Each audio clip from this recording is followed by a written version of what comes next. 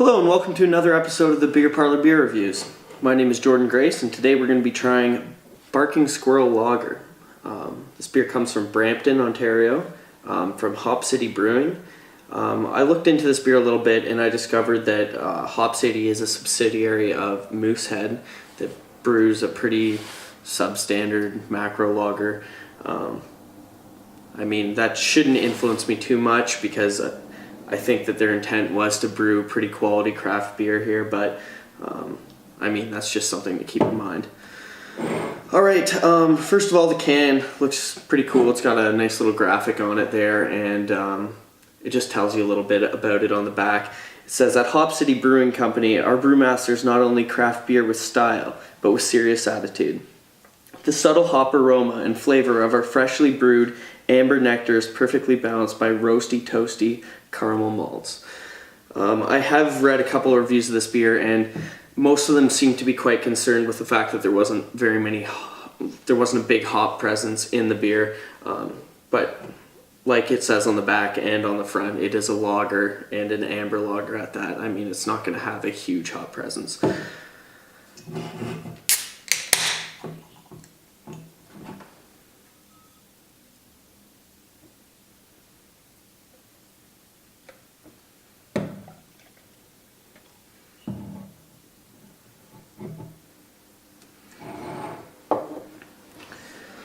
First of all, with the appearance, you notice it's a gorgeous ruby red color.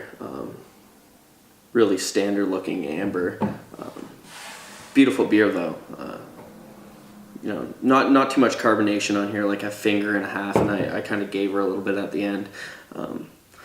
So that could be good or bad. I guess it really depends on how it tastes.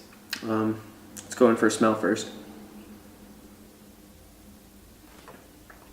First thing with the smell I noticed was the malts.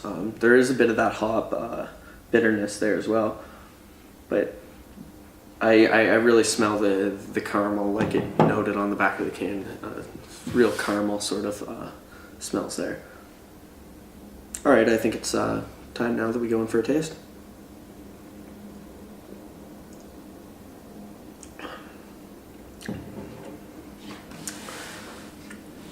Right away, I really noticed the malt character of this beer. It's pretty good beer. It's very easy drinking.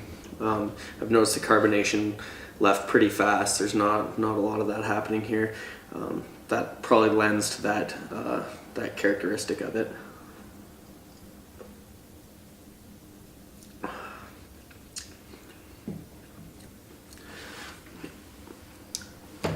The malt is first, and then you taste a bit of the bitterness. It's pretty balanced, but I mean, I think the malt characters are pretty much the feature of this beer. It does have a flavor to it, which is a lot better than Moosehead's macro offering. So for that, I'm pretty pleased. I mean, I'd be a lot happier to get this in a bar than a Budweiser or a Moosehead or a Labatt or anything like that. So I mean, it's pretty good for that, but overall, you can tell it's not really in depth. The flavors don't linger for very long. They kind of go away pretty fast. This is something I would probably give to somebody who isn't really experienced in the craft beer world and kind of wants to jump in. So, but by no means a bad beer at all. It's just not really too special in any way.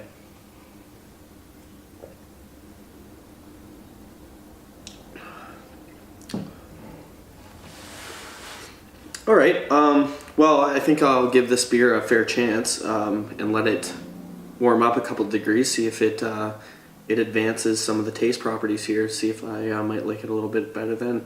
Alright, we've let this beer sit for a couple minutes now, and I imagine it's warmed up a few degrees. It'll probably have a little bit different flavor characteristics. And let's take a smell and then a taste and see if it's evolved at all.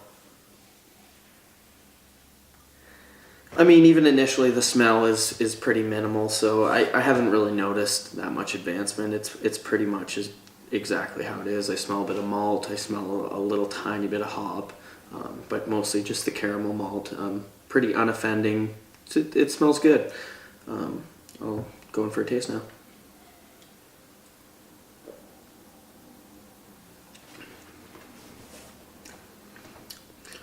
like the nose, not too much has changed. This isn't a real complex beer, so you're not gonna have big flavor switches like you might with a Belgian beer or something like that. I taste a little bit more grain now. It's a little bit warmer, so the cold isn't hiding so much of the flavor.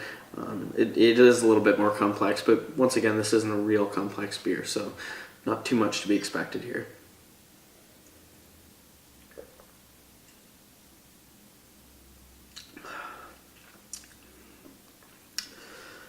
Alright, well, I don't think I really need to finish the last little bit to tell you my overall opinion of this beer. It's a good beer. There's nothing really wrong with it. If you like reds, ambers, pretty basic style beers, there's really nothing that's going to offend you here. On the other hand, if you're a hophead like me, you're really looking for different flavor complexities and really interesting things to happen in your beer, this isn't really going to be a great choice for you. Go out and get it. It's not a bad beer at all. Keep one in your fridge if you want, but don't be fooled. Hop City doesn't mean this is a really hoppy beer. It's not a hoppy beer.